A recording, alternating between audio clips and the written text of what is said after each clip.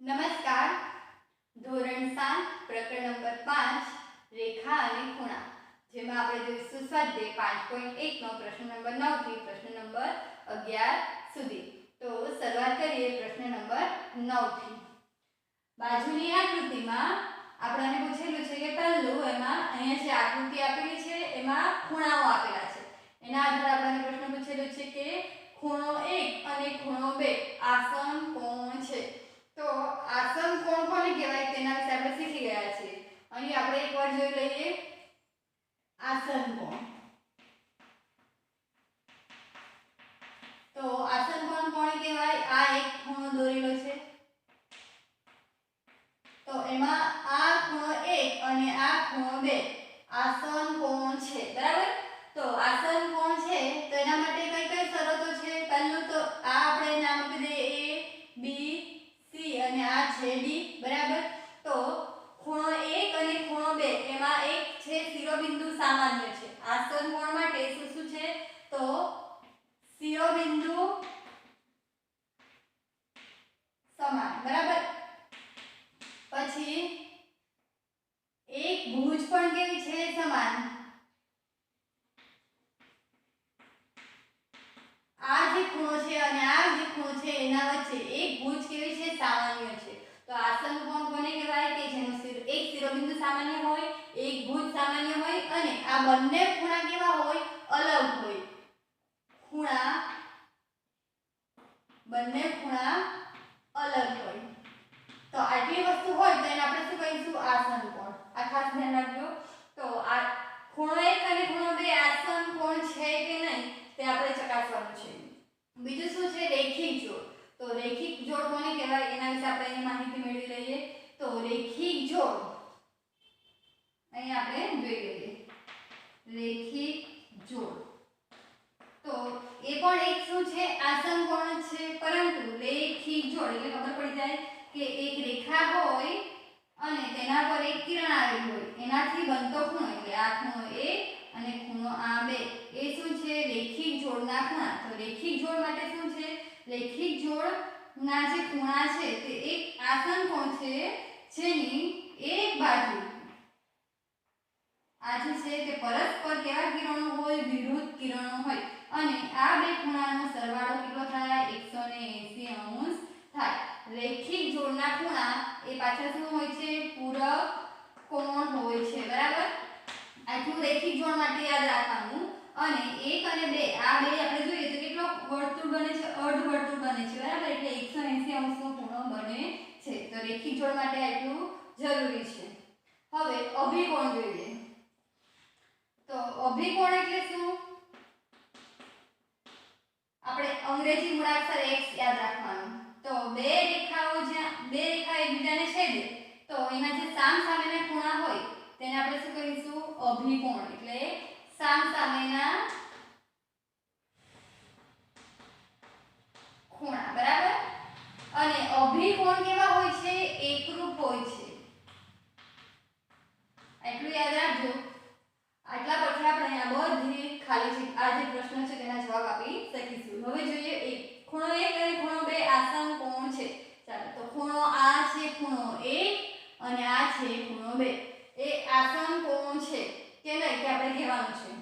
તો આસન કોણ માટે શું છે? જો ખૂણો 1 અને આ ખૂણો 1 થયો અને આ છે ખૂણો 2, બરાબર. આ તો ખૂણો 1 અને ખૂણો 2 આસન કોણ છે.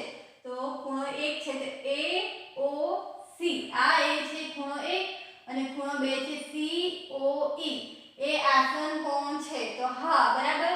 કેવી રીતે? હા, તો એક શિરોબિંદુ સામાન્ય છે ખૂણો AOC માં, શિરોબિંદુ એક O સામાન્ય છે. એવી જ રીતે ખૂણો COE આ બે ખૂણાની અંદર શિરોબિંદુ સામાન્ય છે, એક ભુજ પણ સામાન્ય છે. બંને ખૂણા પાછા કેવા છે? અલગ અલગ, બરાબર. આ ખૂણો એક અલગ છે, આ ખૂણો પણ કેવો છે? અલગ છે. તો ખૂણો 1 અને ખૂણો 2 આસન કોણ છે. હવે જોઈએ પ્રશ્ન નંબર બીજો. ખૂણો AOC, ખૂણો AOC, બરાબર. એટલે 1 નંબરનો ખૂણો અને ખૂણો AOE, ખૂણો AOE ધ્યાન રાખજો. ખૂણો AOC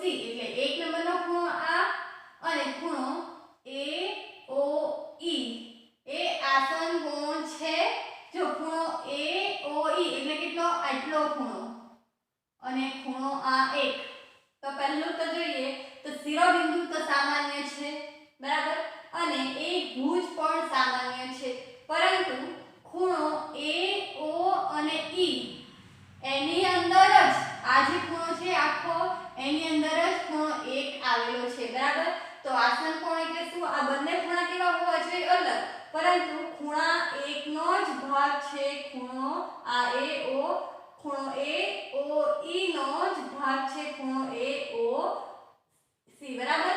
એટલે આ બંને ખૂણા આસન કોણ નથી બરાબર। ફરી જોઈએ ખૂણો AOC, ખૂણો AOC એ ખૂણો AOE નો ભાગ છે બરાબર, એટલે બંને ખૂણા અલગ નથી, માટે આ બે આસન કોણ નથી। ત્રીજું જોઈએ ખૂણો COE, ચાલો તો શોધી કાઢીએ ખૂણો COE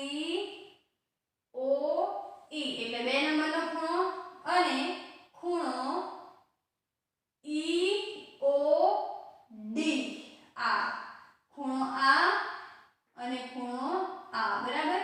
ખૂણો EOD રેખિક જોડ રચે છે, તો આપણે જોઈએ તો અહીંયા અર્ધ વર્તુળ રચાય છે, જો આ છે બરાબર। રેખિક જોડ એટલે શું? 180 અંશનો ખૂણો બરાબર, અને બે કિરણો જો એકબીજાથી કેવા છે? વિરુદ્ધ છે। અહીંથી આ કિરણ OC અને કિરણ OD એ કેવા છે? વિરુદ્ધ કિરણો છે। તો ખૂણો COE અને ખૂણો EOD રેખિક જોડ રચે છે બરાબર। આપણે અર્ધ વર્તુળ દોરી દેવાનું, તો એમાં શું આવશે? હા।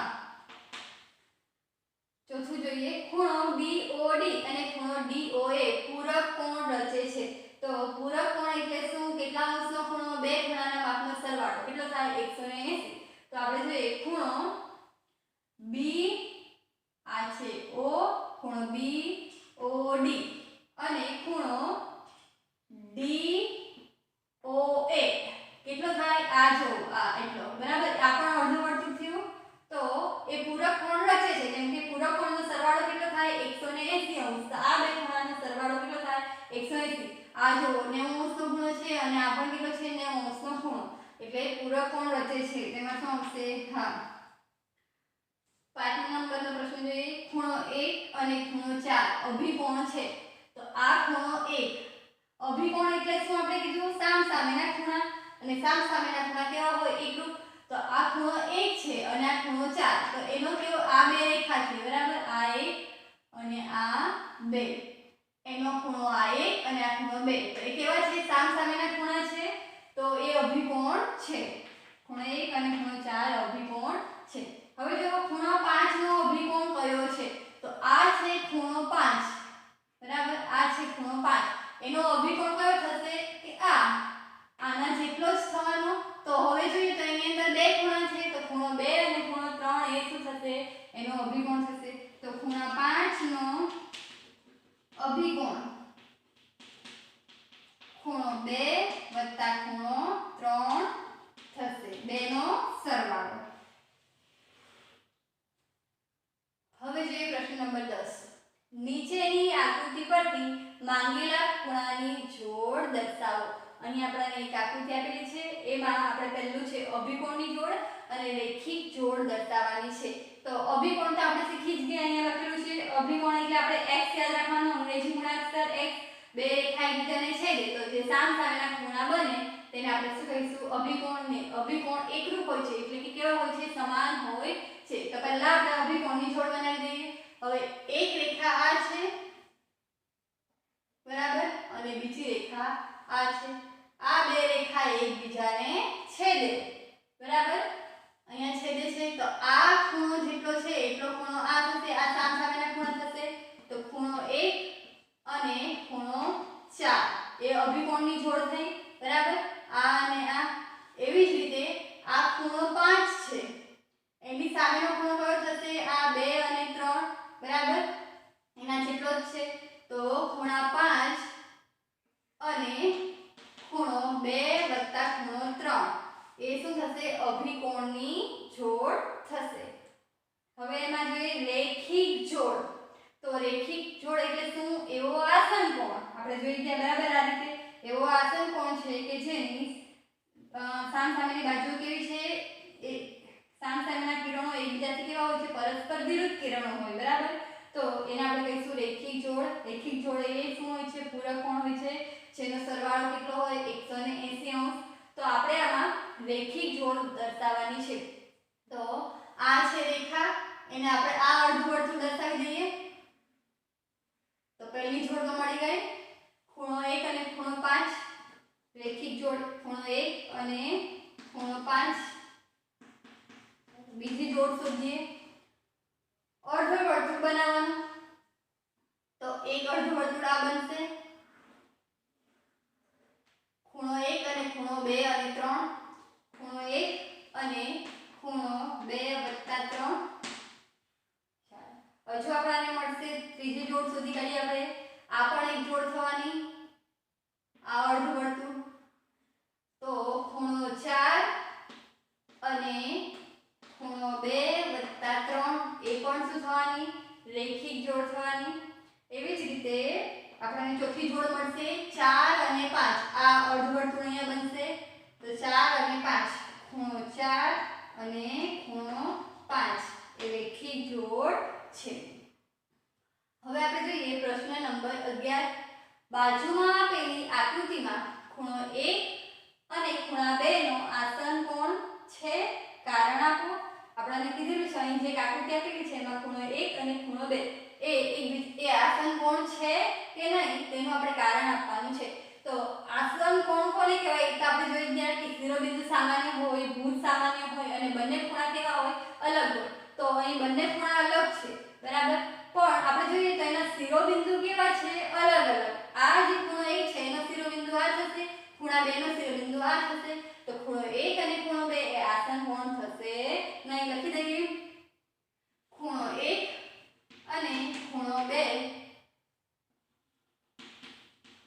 આસન કોણ નથી હવે એનું કારણ આપવાનું છે તો કારણ શું છે કારણ કે ખૂણા 1 અને ખૂણા 2 માં સામાન્ય શિરોબિંદુ નથી બરાબર તો આ સાથે આપણે સ્વાધ્યાય 5.1 નો પ્રશ્ન નંબર 9 થી પ્રશ્ન નંબર 11 આપણે પૂર્ણ કરીએ છીએ ફરી મળીશું નવા વિડિયો સાથે આભાર